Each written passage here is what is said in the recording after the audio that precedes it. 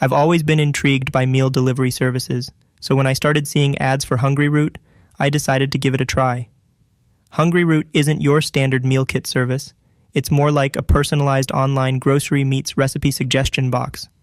Here's my take on it. Pros. It forced me out of my recipe rut.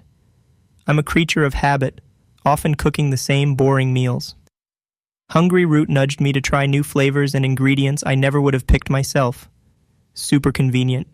After a long day, whipping up a 10-minute meal from pre-portioned ingredients felt like a lifesaver.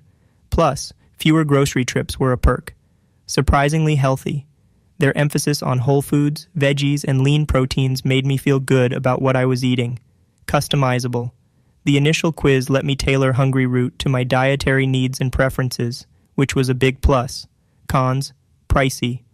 Compared to regular grocery shopping, Hungryroot is definitely an investment.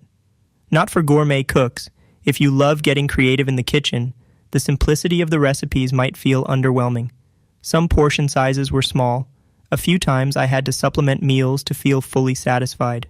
Packaging waste. While they emphasize recyclability, all those individual ingredient bags add up. Thank you for watching. Get a special offer by following the link in the description.